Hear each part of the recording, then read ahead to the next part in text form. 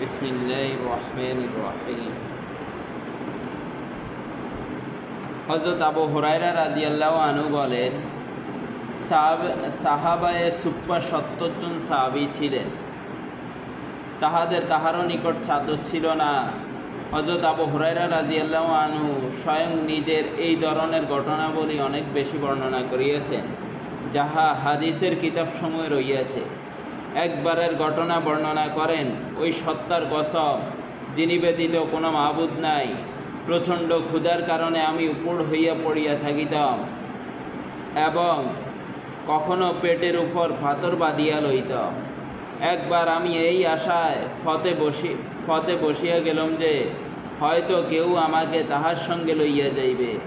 এমন সময় হযরত আবু বকর সিদ্দিক রাদিয়াল্লাহু আনহু তাশরিফ আনিলেন। আমি তাহাকে একটি আয়াত শুধু এই উদ্দেশ্যে জিজ্ঞাসা করিলাম যে হয়তো তিনি আমাকে তাহার সঙ্গে লইয়া যাইবেন, কিন্তু তিনি চলিয়া গেলেন। তারপর হুজুর সাল্লাল্লাহু আলাইহি সাল্লাম তাশরিফ আনিলেন এবং আমার অবস্থা দেখিয়া মুস্কি হাসিলেন এবং বলিলেন, আমার সঙ্গে চলো। আমি সঙ্গে চলিলাম। হুজুর সাল্লাল্লাহু আলাইহি সাল্লাম ঘরে তাশরিফ লইয়া গেলেন। সেখানে একটি পেয়ালাতে দুধ রাখা ছিল। হুজুর সাল্লাল্লাহু আলাইহি সাল্লাম জিজ্ঞাসা করিলেন, ইহা কোথা হইতে আসিয়াছে?